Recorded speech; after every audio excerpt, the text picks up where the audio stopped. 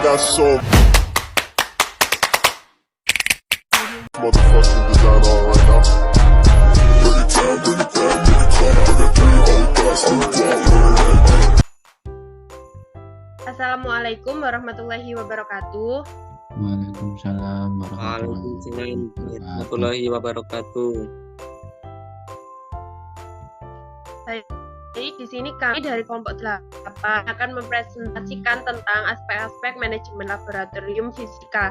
Sebelum itu, perkenalkan terlebih dahulu kelompok kami. Saya Edika Siswi Handayani dengan NIM akhir 098.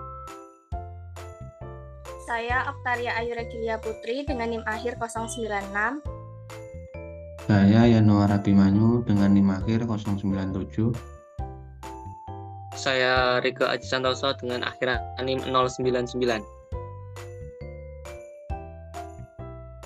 Baik, dalam aspek manajemen laboratorium ini ada beberapa pokok pembahasan, yaitu yang pertama perencanaan, yang kedua yaitu penataan, yang ketiga administrasian, yang keempat pengamanan, yang kelima perawatan, dan yang keenam pengawasan.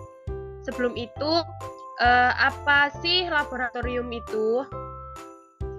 Jadi laboratorium adalah tempat belajar mengajar melalui metode praktikum yang dapat menghasilkan pengalaman belajar siswa berinteraksi dengan berbagai alat dan bahan untuk mengobservasi gejala-gejala yang dapat diamati secara langsung dan dapat membuktikan sendiri sesuatu yang dipelajarinya. Untuk selanjutnya akan dibacakan oleh rekan saya.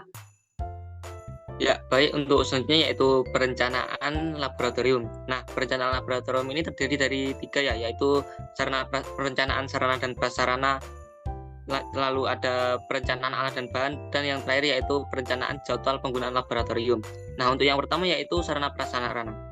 Menurut Peraturan Menteri Pendidikan Nasional Republik Indonesia Nomor 24 Tahun 2007 tentang standar sarana dan prasarana SD atau MI, SMP atau MTS, dan SMA atau MA, ruang laboratorium fisika dapat menampung minimum 1 rombongan belajar dengan rasio minimum ruang laboratorium yaitu 2,4 meter persegi per peserta didik. Rombongan belajar dengan peserta didik kurang dari 20 orang, luas minimumnya yaitu 48 meter persegi, termasuk luas ruang penyimpanan dan persiapan sebesar 18 meter persegi. Untuk lebar minimum ruang laboratoriumnya yaitu 5 meter. Yang selanjutnya yaitu perencanaan alat dan bahan. Perencanaan alat dan bahan laboratorium dapat dimulai dengan mengidentifikasikan kebutuhannya. Pengidentifikasian kebutuhan alat dan bahan untuk keperluan eksperimen dan praktikum yang akan dilakukan disesuaikan dengan kurikulum dan materi yang akan diajarkan di sekolah. Setelah itu dapat membuat daftar alat dan bahan yang dibutuhkan yang nantinya akan tersedia di laboratorium. Hal ini harus mencakup jumlah, spesifikasi, dan fungsi dari setiap alat dan bahan. Yang terakhir yaitu perencanaan jadwal penggunaan laboratorium. Jadwal kegiatan laboratorium sebaiknya disesuaikan dengan jadwal pelajaran di kelas. Hal ini sesuai dengan fungsi praktikum, yaitu memantapkan pemahaman konsep yang diajarkan di kelas. Jangan sampai terjadi praktikum dengan materi yang diajarkan di kelas berbeda waktu terlalu jauh. Bagi sekolah yang memiliki banyak kelas, jadwal praktikum harus dibuat sedemikian rupa agar tidak terjadi tabrakan jadwal antara kelas yang satu dengan kelas yang lain. Baik, selanjutnya. Untuk selanjutnya yaitu penataan. Penataan laboratorium ini meliputi penataan alat eksperimen dan bahan yang ada di laboratorium. Penataan laboratorium dan bahan laboratorium ini disebut juga inventarisasi peralatan laboratorium. Inventarisasi adalah suatu kegiatan dan usaha untuk menyediakan rekaman tentang keadaan semua fasilitas barang-barang yang dimiliki. Selanjutnya.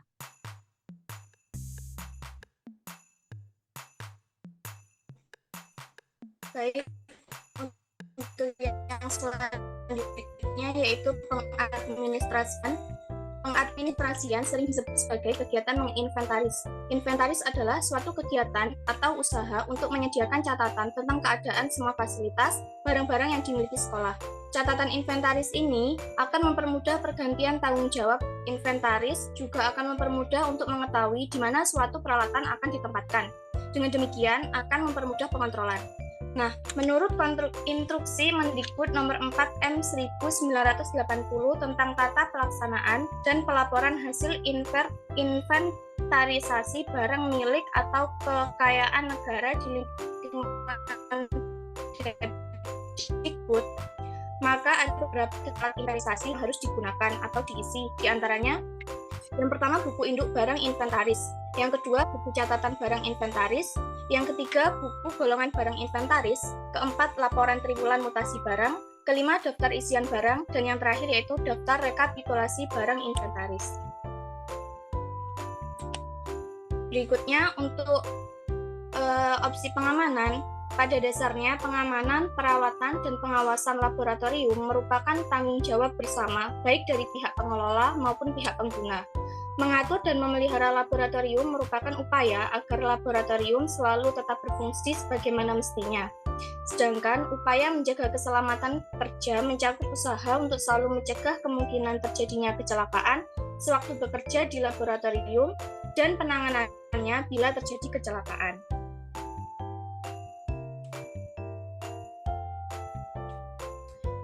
Untuk usaha dan sarana, di sini usaha yang dilakukan dalam memelihara kelancaran penggunaan laboratorium meliputi yang pertama tentang jadwal penggunaan laboratorium yang jelas, yang kedua tentang tata tertib laboratorium yang dilaksanakan dengan tegas, serta alat penanggulangan kecelakaan.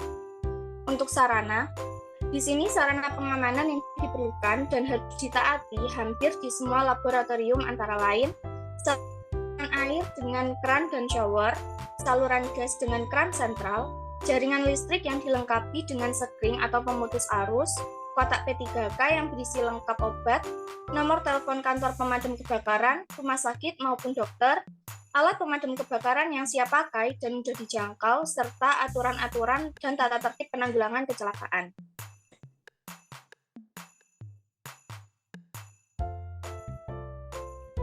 Baik, yang selanjutnya adalah perawatan merupakan suatu aspek yang harus diperhatikan pada manajemen laboratorium, terutama pada laboratorium MIPA fisika.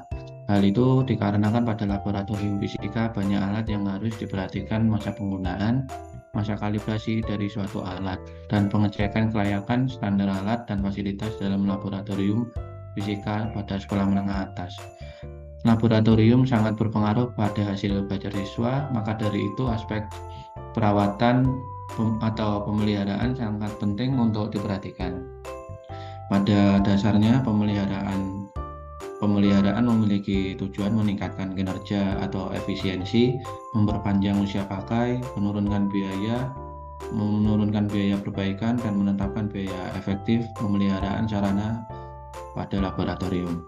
Oke, selanjutnya.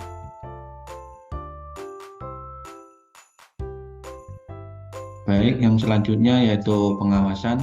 Aspek pengawasan adalah suatu aspek yang perlu diperhatikan dalam manajemen laboratorium, di mana aspek pengawasan ini memiliki suatu fungsi dari manajemen berupa mengadakan penilaian. Dari penilaian tersebut nanti akan dapat mengevaluasi atau mengontrol hal apa saja yang perlu diperhatikan secara bertahap dari suatu fasilitas atau sarana prasarana yang ada di dalam laboratorium.